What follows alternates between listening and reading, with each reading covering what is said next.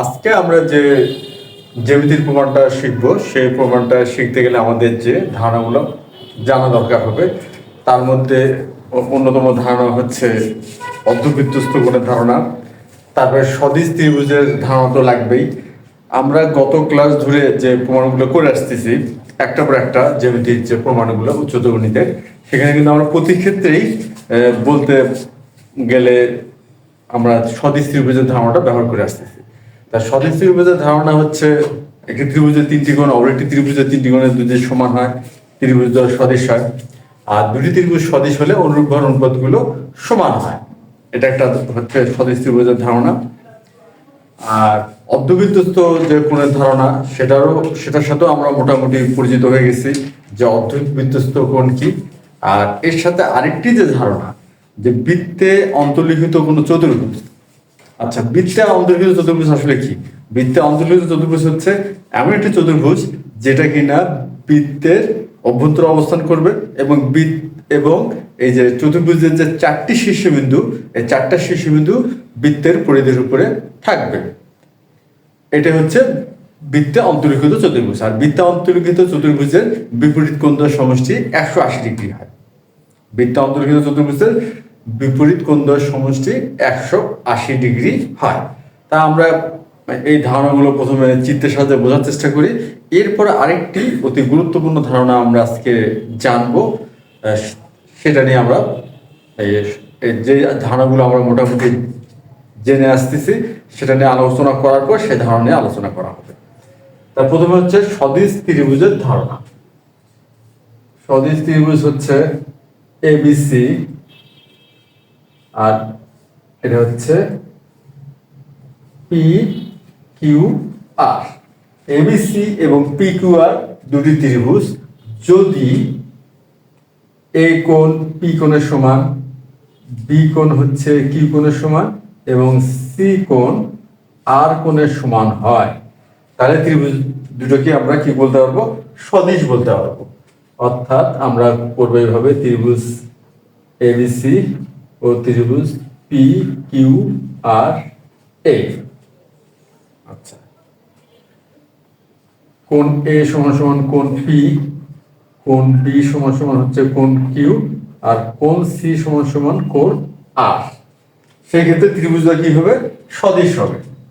তাহলে অতএব ত্রিভুজ এ বি সি ও ত্রিভুজ পি কিউ আর সদিশ। যেহেতু ত্রিভুজ সদিশ, তাহলে আমরা কি করতে পারবো? অনুরূপ ভর অনুপাতগুলো সমান দেখাতে পারবো।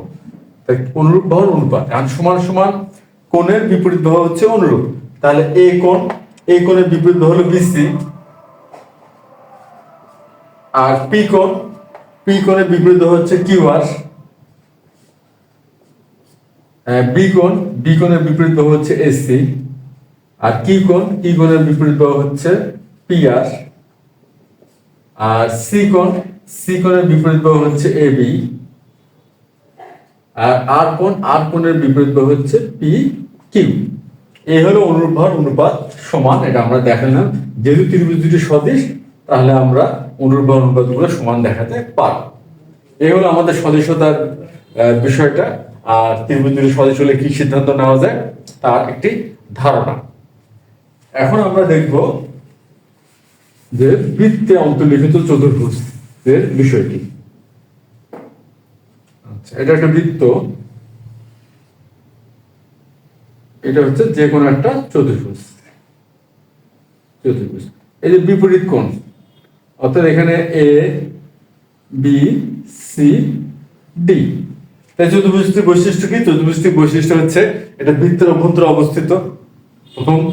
আর দ্বিতীয় যে বিষয়টা সেটা হচ্ছে এই যে শীর্ষবিন্দু এ বি সি ডি, এই শীর্ষবিন্দু চারটি বৃত্তের পরিধির উপরে অবস্থান করতেছে। এটাই হচ্ছে বৃত্ত অন্তর্লিখিত চতুর্ভুজ। আর বৃত্ত অন্তর্লিখিত চতুর্ভুজের বিপরীত কোণ অর্থাৎ এ এবং কোণ সি, এই কোণ অর্থাৎ কোণ এ প্লাস কোণ সি, এটা হবে 180 ডিগ্রি। আর কোণ বি যোগ কোণ ডি, এটাও হবে 180 ডিগ্রি। অর্থাৎ বৃত্ত অন্তর্লিখিত চতুর্ভুজের বিপরীত কোণদ্বয় সমষ্টি 180 ডিগ্রি হয়। এটা হচ্ছে বৃত্ত অন্তর্ভুক্ত চতুর্ভুজের ধারণা, এবং বৃত্ত অন্তর্ভুক্ত চতুর্ভুজ হলে এই বিষয়টা হবে যে বিপরীত কোণের সমষ্টি হবে 180 ডিগ্রি।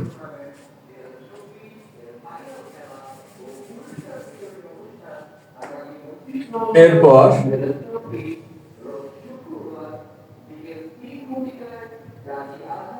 আমরা একটু অর্ধবৃত্তস্থ কোণের ধারণা নেই, এটা আমাদের সরাসরি ব্যবহার হবে না, তবে ধারণা বা সেন্সটা কাজে লাগবে। সেটা কি, এটা হলো বৃত্ত, বৃত্তের এটা হচ্ছে একটা ব্যাস, যেহেতু কেন্দ্রগামী জ্যা, তাহলে এটা হচ্ছে ব্যাস, এটি হচ্ছে একটি ব্যাস। তাহলে এই যে কোণটা, অর্থাৎ কোণ এসিবি, এই কোণটি হচ্ছে অর্ধবৃত্তস্থ কোণ এসিবি, এবং অর্ধবৃত্তস্থ কোণ 90 ডিগ্রি হয়। এবং কি হবে, অর্ধবৃত্তস্থ কোণ 90 ডিগ্রি হয়। আচ্ছা, এটা তো হলো অর্ধবৃত্তস্থ কোণের ধারণা। এখন এই ধারণাটা আমরা এই ক্ষেত্রে, অর্থাৎ আজকে যে প্রমাণটা আমরা শিখবো, এই প্রমাণের ক্ষেত্রে আমরা কিভাবে এটা ব্যবহার করব। আমরা কিন্তু সরাসরি অর্ধবৃত্তস্থ কোণের ধারণাটা এখানে ব্যবহার করব না, কিন্তু এই ধারণাটা একটু অন্যভাবে ব্যবহার হবে। সেটা কিভাবে? আচ্ছা, তার আগে আমি আরেকটা অর্ধবৃত্তস্থ কোণ আঁকি। আমরা আরেকটা অর্ধবৃত্তস্থ কোণ আঁকলাম, হ্যাঁ, এবং কোণ এ পি বি, এটা হলো অর্ধবৃত্তস্থ কোণ, এবং অর্থাৎ এটার মান হচ্ছে 90 ডিগ্রি। অর্ধবৃত্তস্থ কোণ 90 ডিগ্রি। এখন অর্ধবৃত্তস্থ কোণের যে শীর্ষবিন্দু পি এবং সি, এই শীর্ষবিন্দুটা কিভাবে পরিধির উপর অবস্থান করবে, এবং এই যে কোণটা হবে 90 ডিগ্রি। এখন যদি এমন হয় যে এটা একটি রেখা, আর এইখানে একটা কোণ আছে, এই কোণটা হচ্ছে 90 ডিগ্রি, আর এখানে আরেকটি কোণ আছে, এই কোণটি হচ্ছে 90 ডিগ্রি। এই কোণটি 90 ডিগ্রি, এই কোণটি 90 ডিগ্রি, অর্থাৎ পি কিউ একটি রেখার উপরে এম এন, মানে পিএম লম্ব কিউএম। যদি এমন হয় পিএম লম্ব কিউএম, যেহেতু পিএমটা লম্ব, তাহলে এই কোণটা 90 ডিগ্রি হবে। আর যদি এখানেও দেখি কিউএন লম্ব পিএম, যদি কিউএন লম্ব হয় তাহলে এই কোণটাও 90 ডিগ্রি হবে। এখন পি কিউ এর মধ্যবিন্দু নির্ণয় করলাম, পি কিউ এর মধ্যবিন্দু নির্ণয় করলাম, ধরে পি কিউ এর মধ্যবিন্দু নির্ণয় করলাম, যেটা কিনা হচ্ছে ই। এখন ই কে কেন্দ্র করে যদি আমরা পি এর সমান ব্যাসার্ধ ধরে একটি বৃত্ত অঙ্কন করি, এখানে ই কে কেন্দ্র করলাম, পি বা ই কিউ এর সমান ব্যাসার্ধ ধরে একটি বৃত্ত অঙ্কন করলে বৃত্তটা এই বিন্দুগুলো দিয়ে যাবে, এই বিন্দুটা এবং এই বিন্দু দিয়ে যাবে। কেন যাবে, কারণটা কি, এই যে আমরা এখন এটার সাথে মিলে, এটা হচ্ছে এবি একটা ব্যাস, ও হচ্ছে কেন্দ্র। এবি যদি ব্যাস হয়, ও হবে কেন্দ্র, তাহলে এখানে এও আর ও বি কিন্তু হবে বৃত্তের ব্যাসার্ধ। এটাকে কেন্দ্র করে আমরা যে একটা বৃত্ত অঙ্কন করছি, তারপরে আমরা কিন্তু এই অর্ধবৃত্তস্থ কোণগুলো পেলাম, যেটা কিনা 90 ডিগ্রি। এখানেও দেখা যাচ্ছে কি, এই যে পি কিউ কিন্তু একটা ব্যাস আছে, আর পি কিউ ব্যাস, এটাও 90 ডিগ্রি, এটাও 90 ডিগ্রি। তাহলে আমরা যদি এই পি কিউ কে ব্যাস ধরে একটি বৃত্ত অঙ্কন করি, তাহলে অবশ্যই সেটা এম এবং এন বিন্দু দিয়ে যাবে। এই অর্ধবৃত্তস্থ কোণের ধারণা খেয়াল করবে। অর্থাৎ এটা যদি আমরা মিশাই দিই, সাপোজ আমরা মিশাই দিলাম, মিশাই দেই, তা এই যে চিত্রটা, আর আমরা এইখানেও খেয়াল করি, এটা যদি আমরা বৃত্তটা বোঝার সুবিধার্থে আমরা বাদ দিলাম,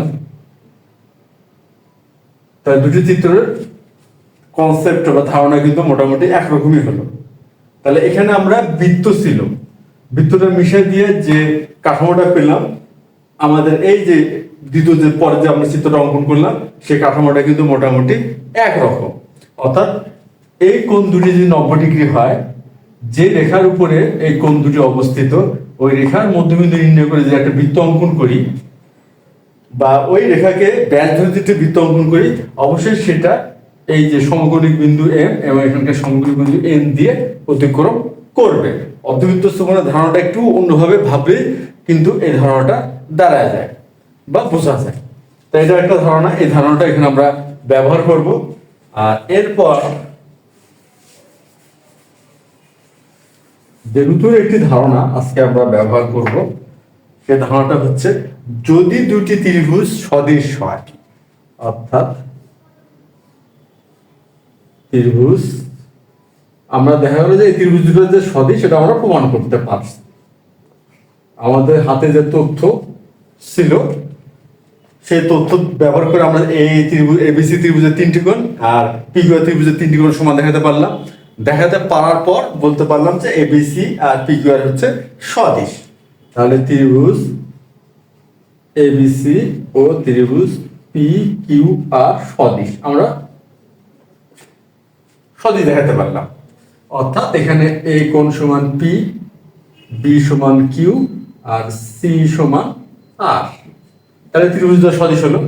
এখন যদি দুটি ত্রিভুজ সদিশ হয় তাহলে যে আরেকটি যে ধারণা আমরা তো সাধারণত ব্যবহার করে থাকি অনুরূপ ভর অনুপাতগুলো সমান, কিন্তু এই ক্ষেত্রে আরেকটি যে ধারণা আমরা ব্যবহার করব আজকে, সে ধারণাটি হচ্ছে সেই ক্ষেত্রে এই যে ত্রিভুজ দুটির ক্ষেত্রফল অর্থাৎ ত্রিভুজ এবিসি আর ত্রিভুজ হচ্ছে পি কিউ আর, এদের এই ত্রিভুজের ক্ষেত্রফলের অনুপাত হবে যে এদের অনুরূপ বাহুর বর্গের অনুপাতের সমান। অনুরূপ বাহু হচ্ছে কি কোনটি, যেমন কোণ এ, এটা অনুরূপ বাহু কোনটা, কোণ এ আর কোণ পি সমান, তাহলে বিসি আর পি কিউ আর, তাহলে হবে BC square by Q R square. অর্থাৎ দুটি ত্রিভুজ যদি সদিশ হয় তাহলে তাদের ক্ষেত্রফল অনুপাত কি হবে, তাদের যে কোনো অনুরূপ বাহুর বর্গের অনুপাতের সমান। অর্থাৎ এটা হতে পারে কোনটি হতে পারে, যেমন বি কোণ হচ্ছে এসি, তাহলে এসি স্কোয়ার আর কিউ পি আর স্কোয়ার, কিংবা সি মানে হচ্ছে এবি, সি কোণ এবি স্কোয়ার আর কোণ হচ্ছে পি কিউ স্কোয়ার। এটাও কিন্তু হতে পারে এবং এই ধারণাটা আজকে আমরা ব্যবহার করব। এটাই হলো সে আমাদের যে ধারণাটা, যেটা আমরা পূর্বে যে উপপাদ্যগুলো প্রমাণ করে আসলাম সে কোনটাতে কিন্তু এই ধারণাটা ব্যবহার করা হয়নি। আজকে আমরা এই ধারণাটা ব্যবহার করব। ধারণাটা কি, ধারণাটা হচ্ছে যদি দুটি ত্রিভুজ সদিশ হয়, অর্থাৎ এখানে ত্রিভুজ এবিসি আর ত্রিভুজ পিকিউআর যদি সদিশ, সেই ক্ষেত্রে এই ত্রিভুজদ্বয়ের ক্ষেত্রফল হবে বা ত্রিভুজের ক্ষেত্রফলের অনুপাত হবে, ত্রিভুজদ্বয়ের ক্ষেত্রফলের অনুপাত হবে অনুরূপ বাহুর বর্গের অনুপাতের সমান। অনুরূপ বাহুদ্বয়ের বর্গের অনুপাতের সমান মানে অনুরূপ বাহুদ্বয়ের বর্গের অনুপাত। বিসি আর কিউ আর কিন্তু অনুরূপ বাহু, এদের বর্গের অনুপাত, অথবা এসি পি আর এর বর্গের অনুপাত, অথবা এবি এবং পি কিউ এর বর্গের অনুপাতের সমান হবে। তা এই তো ছিল আজকে আমাদের যে ধারণাগুলো জানা দরকার, সে ধারণার সম্বন্ধে একটা সম্যক ধারণা বা জ্ঞান, যেটা আমাদের প্রমাণ করতে লাগবে বা প্রমাণটা বুঝতে সহায়তা করবে। এখন আমরা মূল প্রমাণটা শুরু করতে পারি।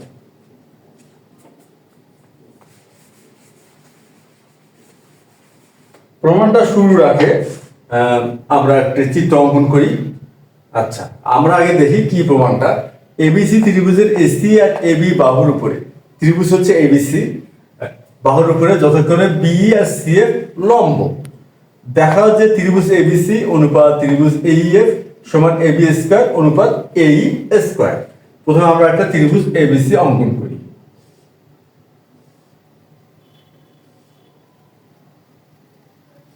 এ বি সি, আমরা প্রথমে একটা ত্রিভুজ এবিসি অঙ্কন করলাম।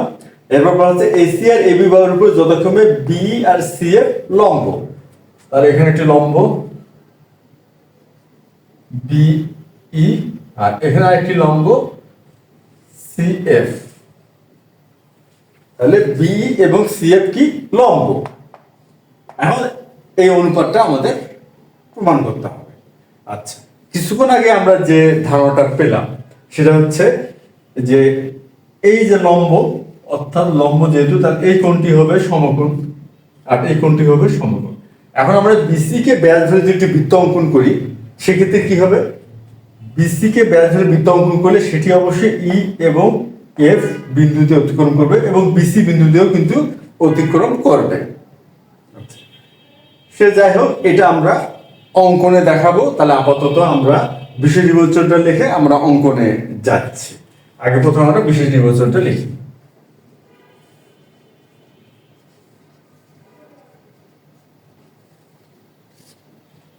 মনে করি ত্রিভুজ এ বি সি এ,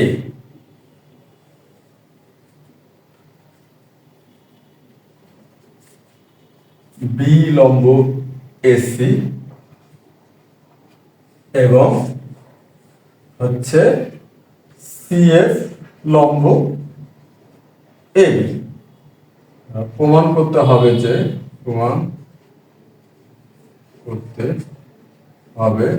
যে ত্রিভুজ এবিসি অনুপাত ত্রিভুজ এইএফ সমান সমান এবি স্কয়ার অনুপাত এই স্কয়ার। তাহলে আমরা কি বিশেষ নির্বাচন লিখলাম যে মনে করি ত্রিভুজ এবিসি এ বি লম্ব এসি এবং সিএফ লম্ব এবি, আর প্রমাণ করতে হবে যে ত্রিভুজ এবিসি অনুপাত ত্রিভুজ এইএফ সমান এবি স্কয়ার অনুপাত এই স্কয়ার। তাহলে এখানে কি বলছে এইএফ, এখানে একটা খেয়াল করার বিষয়, এখানে ত্রিভুজ কিন্তু আছে এইএফ। আচ্ছা, এখানে কিন্তু আমাদের এইএফ ত্রিভুজটা নাই, আছে কি নাই? যেহেতু নেই সেক্ষেত্রে আমাদের কি করতে হবে, ই এবং এফ যোগ করতে হবে। ই এবং এফ কি করতে হবে, যোগ করতে হবে। ই এবং এফ যোগ করলে ত্রিভুজ এইএফ পাওয়া যাচ্ছে। তাহলে এখানে আমরা উল্লেখ করব ই এফ যোগ করি। এটা অবশ্যই একটা লক্ষণীয় বিষয়। সাধারণত আমরা কি করি, যে অঙ্কনটা করি সেটা কিন্তু আমরা বিশেষ নির্বাচন নয়, আলাদাভাবে দেখাই, সেটা সাধারণত আলাদাভাবে দেখাই। কিন্তু এই ক্ষেত্রে বিষয়টা কি দাঁড়ালো, এই ক্ষেত্রে বিষয়টা দেখা গেল যে একটা অঙ্কন, একটা নতুন একটা যে বিষয়টা যেটা আমাদের প্রশ্নে উল্লেখ নাই, সেই অঙ্কনটা আমরা করলাম এবং সেটা দেখালাম কোথায়, বিশেষ নির্বাচনে। আর কেন? এই জন্য দেখালাম যে এই যে অঙ্কনটা যদি আমরা না করি প্রশ্নটা পূর্ণতা পাচ্ছে না। অর্থাৎ প্রশ্নের যে বিষয়টা দাঁড় করাতে বসছে বা প্রমাণ করতে বসছে, সেটা বিষয়টা দাঁড় করাতে গেলে এই অঙ্কটা আমাদের করা লাগতেছে। অর্থাৎ প্রশ্নে উল্লেখ নাই, সরাসরি হয়তো প্রশ্নটা উল্লেখ নাই, তাও কিন্তু এটা প্রশ্নের মধ্যেই আছে ধরে নেওয়া যায়। কেননা এটা যদি আমরা না করি, প্রমাণ যেটা করতে বলছে অর্থাৎ ত্রিভুজ এইএফ, এটার অস্তিত্ব কিন্তু পাচ্ছি না, এটা কিন্তু পাওয়া গেল না। কেন? কারণটা কি, ইএফ যদি আমরা যোগ না করি তাহলে কিন্তু ত্রিভুজ এইএফ পাওয়া যাচ্ছে না। ঠিক এই কারণে যেহেতু ত্রিভুজ এইএফ আমরা পাচ্ছি না এবং তাতে আমরা এই প্রমাণটাও লিখতে পারবো না, এই জন্য ইএফ যোগ করতে হবে। আর এটা বিশেষ নির্বাচনে দেখাতে হবে, এই জন্য যে এটা আসলে প্রমাণের করার সুবিধার্থে নয়, প্রশ্নটাকে স্বয়ংসম্পূর্ণ করতে বা প্রমাণটাকে উপস্থাপন করতে, কি প্রমাণ করব সেটা উপস্থাপন করতে আমাদের অঙ্কনটা করা লাগলো। এই জন্য এটা অবশ্যই বিশেষ নির্বাচনে থাকবে। তাহলে কথা হচ্ছে কোন অঙ্কন আমরা বিশেষ নির্বাচনে রাখবো আর কোনটা রাখবো না। যে অঙ্কনটা না করলে আমরা কি প্রমাণ করতে হবে সেটা তার করতে পারতেছি না বা প্রশ্নটা পূর্ণতা পাচ্ছে না, সে অঙ্কনটা করতে হবে বিশেষ নির্বাচনে। আর এমন কিছু অঙ্কন আছে যেটা হচ্ছে করতে হয় শুধুমাত্র প্রমাণ করার সুবিধার্থে, প্রশ্নে কোনোভাবে ওটা উল্লেখ থাকবে না বা ওটা না করলেও যে প্রশ্ন পূর্ণতা বা আমরা উপস্থাপন করাটা এটাতে কোনো সমস্যা হবে না, কিন্তু প্রমাণ করার জন্য হয়তো অঙ্কনটা লাগতেছে। সেই ক্ষেত্রে এটা আমরা বিশেষ নির্বাচনের বাইরে যে অঙ্কন নামে যে একটা পয়েন্ট ব্যবহার করি, সেই ক্ষেত্রে ওই অঙ্কনটা আমরা সেখানে দেখাবো। আর এই ক্ষেত্রে এই অঙ্কনটা আমরা বিশেষ নির্বাচনে দেখালাম। তাহলে আমাদের হয়ে গেল বিশেষ নির্বাচনটা। এখন আমরা অঙ্কন, হ্যাঁ এখন আমাদের এক্সট্রা একটা অঙ্কন লাগবে, সেটা এখন আমরা করব। সেটা কি? সেটা হচ্ছে বিসি কে ব্যাস ধরে একটি বৃত্ত অঙ্কন করব। আর বিসি কে ব্যাস ধরে একটি বৃত্ত অঙ্কন করলে সেটি অবশ্যই ই এবং এফ বিন্দু দিয়ে যাবে। কেন যাবে? কারণটা হচ্ছে এই যে এই কোণটিও 90 ডিগ্রি বিইসি আর সিএফবি এই কোণটিও 90 ডিগ্রি। তাহলে আমরা এখন একটা বৃত্ত অঙ্কন করি।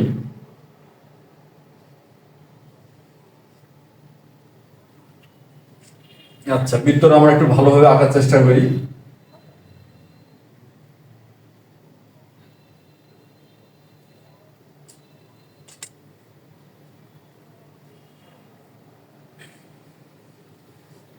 আচ্ছা, মোটামুটি কাঁচার মতো একটা বৃত্ত হলো। এটা হচ্ছে ই আর এটা হচ্ছে এফ। তাহলে এখন করব কি, বিসি কে ব্যাস ধরে একটি বৃত্ত অঙ্কন করি যা বি সি ই এবং এফ বিন্দু দিয়ে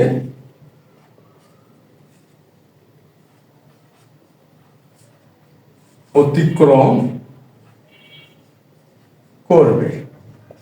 ব্যাপারটা কি দাঁড়ালো, বিসি কে ব্যাস ধরে একটি বৃত্ত অঙ্কন করি যা বিসিই এবং এফ বিন্দু দিয়ে অতিক্রম করবে। আচ্ছা, তাহলে আমাদের অঙ্কনটা কিন্তু হয়ে গেল। এখন আমরা প্রমাণে আসি।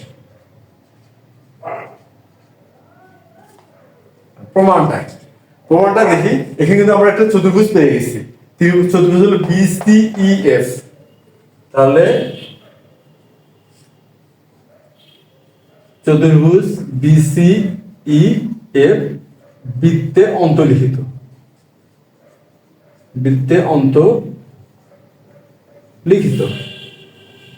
অতএব চতুর্ভুজ বিসিএফ কি, বৃত্তে অন্তর্লিখিত। তাহলে সুতরাং কি হবে, এর বিপরীত কোণ দ্বয়ের সমষ্টি হবে 180 ডিগ্রি।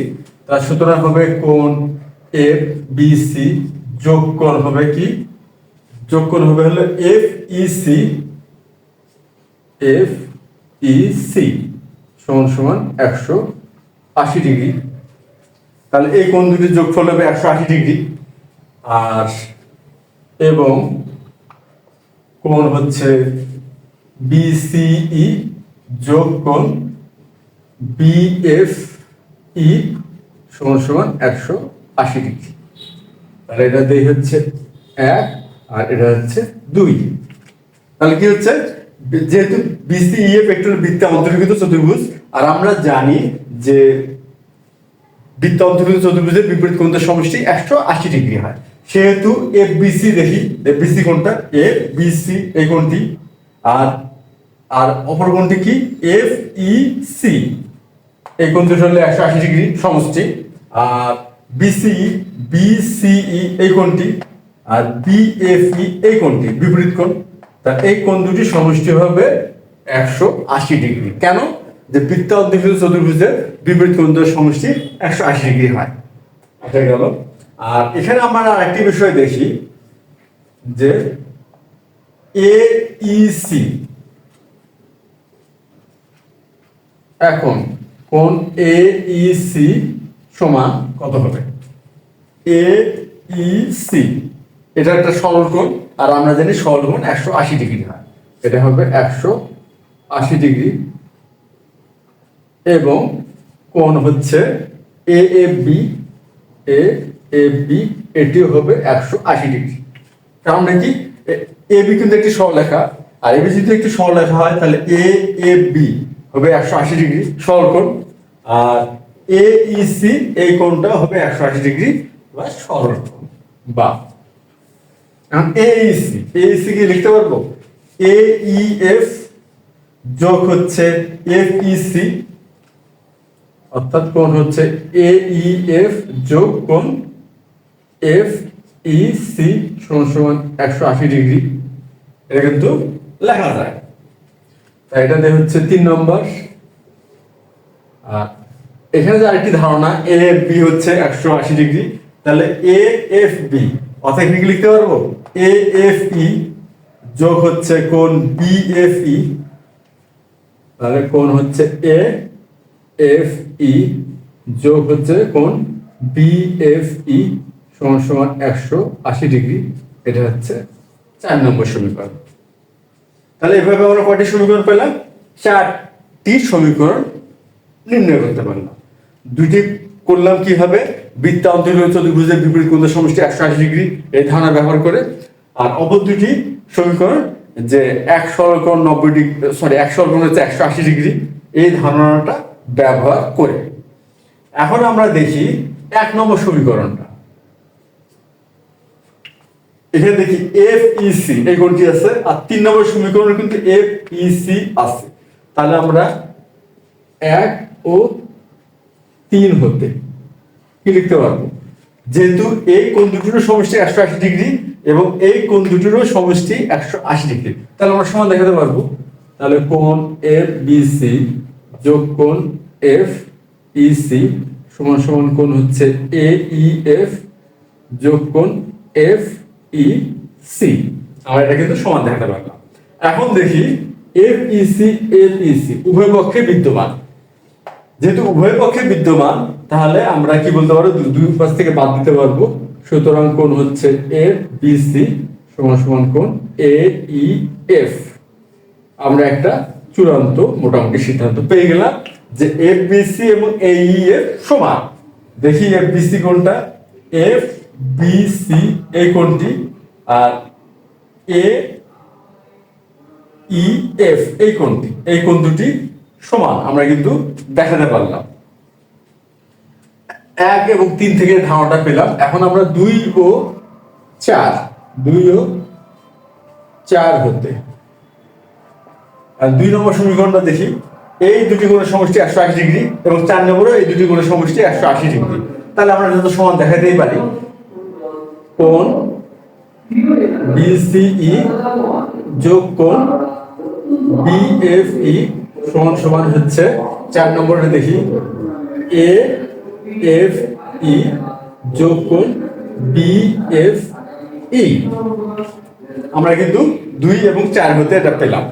আচ্ছা, এখন একটা বিষয় খেয়াল করি, বিএফই আর বিএফই সমান, বিএফই এবং বিএফই সমান, তাহলে উভয় পক্ষ থেকে যদি বিএফই বাদ দেয় সেই ক্ষেত্রে হচ্ছে আমাদের কোণ বিসিই সমান সমান কোণ হচ্ছে এ এফ ই। এই কোণ দুটি কি হলো, সমান হলো। আমরা কিন্তু সিদ্ধান্ত পেয়ে গেলাম, অর্থাৎ এই কোণ দুটিও সমান, এই কোণ দুটিও সমান। আমাদের এই ধাপের কাজ শেষ হলো। এখন আমরা কি করব, এখন আমরা যে কাজটা করবো সেটা হচ্ছে ত্রিভুজ এ এফ ই, এখানে ত্রিভুজ এ ই এফ আছে, অর্থাৎ এ ই এফ, আর ত্রিভুজ এ বি সি আর ত্রিভুজ এ বি সি, এই ত্রিভুজ দুটিকে সদিশ প্রমাণ করার চেষ্টা করব।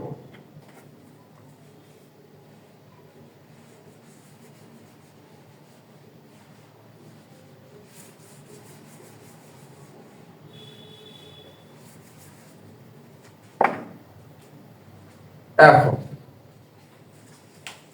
ত্রিভুজ হচ্ছে এ বি সি ও ত্রিভুজ এ ই এফ এ। আচ্ছা, এখন এই ত্রিভুজ দুটো দেখি, ত্রিভুজ এ বি সি এ দেখি, এফ বি সি খেয়াল করি, এফ বি সি, তাহলে এফ বি সি যা এ বি সিও কিন্তু তাই। তাহলে এখানে আমরা দেখাতে পারবো এ বি সি সমান কোণ হচ্ছে এ ই এফ, এইএফ, এটা সমান দেখানো যায় গেল। আর অপর কোণ হচ্ছে বিসিই, দেখি বিসিই যা এসিবিও কিন্তু তাই। তাহলে এসিবি সমান সমান হচ্ছে এসি, হ্যাঁ এসিবি সমান সমান হচ্ছে এএফই, এএফই। এবং আরেকটি দেখি, আমাদের ত্রিভুজটা খেয়াল করি, ত্রিভুজ হচ্ছে কি এ এফ ই, এটা একটা ত্রিভুজ, আর একটা হলো এ বি সি। এখন দেখি এই যে কোণটি, এই কোণটি কিন্তু উভয় ত্রিভুজেই বিদ্যমান। এ ই এফ এই ত্রিভুজে কোণ এ আছে, আর এ বি সি এই ত্রিভুজে কিন্তু কোণ এ আছে। তাহলে আমরা লিখতে পারবো কোণ বি এ সি সমান সমান কোণ হচ্ছে ই এ সি। তাহলে ব্যাপারটা কি দাঁড়ালো, ত্রিভুজ এবিসি এবং ত্রিভুজ এইএফ দুটি ত্রিভুজেরই কিন্তু 3টি করে কোণ সমান দেখাতে পারলাম। দুটি ত্রিভুজে আমরা কি করলাম, 3টি করে কোণই সমান দেখাতে পারছি। যেহেতু 3টি করে কোণই আমরা সমান দেখাতে পারলাম, সেক্ষেত্রে আমরা ত্রিভুজ দলকে কি বলতে পারবো, সদিশ বলতে পারবো, ত্রিভুজ দলকে বলতে পারবো সদিশ। তাহলে অতএব ত্রিভুজ এবিসি ও ত্রিভুজ এ ইএফ সদিশ। ত্রিভুজ এবিসি আর ত্রিভুজ এইএফ কি হলো, সদিশ হলো। সুতরাং এখন আমরা যে ধারণাটা ব্যবহার করব, আমরা সবার শেষে যে ধারণা আলাপ করছি সে ধারণাটা কি ছিল, যে দুটি ত্রিভুজ যদি সদৃশ হয় এদের অনুরূপ বাহুর অনুপাত মানে এদের ক্ষেত্রফলের অনুপাত হবে, অর্থাৎ ত্রিভুজের ক্ষেত্রফলের অনুপাত হবে ত্রিভুজ দ্বয়ের অনুরূপ বাহু দ্বয়ের বর্গের অনুপাতের সমান। তাহলে সেক্ষেত্রে কি হবে, ত্রিভুজ এবিসি বাই ত্রিভুজ এইএফ সমান, এখন আমরা খেয়াল করি এখানে আছে এবি আর এই, এখন আমরা দেখি এবি এবং এই বাহু দুটো অনুরূপ কিনা। এবি এবি আছে এটা, অর্থাৎ এসিবি আমরা কোনটা খুঁজি, এই পেয়ে গেছি এসিবি। তাহলে এসিবি কোণের বিপরীত বাহু কোনটা, এসিবি কোণের বিপরীত হলো এবি, তাহলে এখানে আমরা এবি স্কয়ার লিখলাম। আর এএফই খেয়াল করি, এএফই এই কোণটি, এই কোণের বিপরীত হচ্ছে এই, তাহলে এখানে আমরা এই স্কয়ার লিখলাম।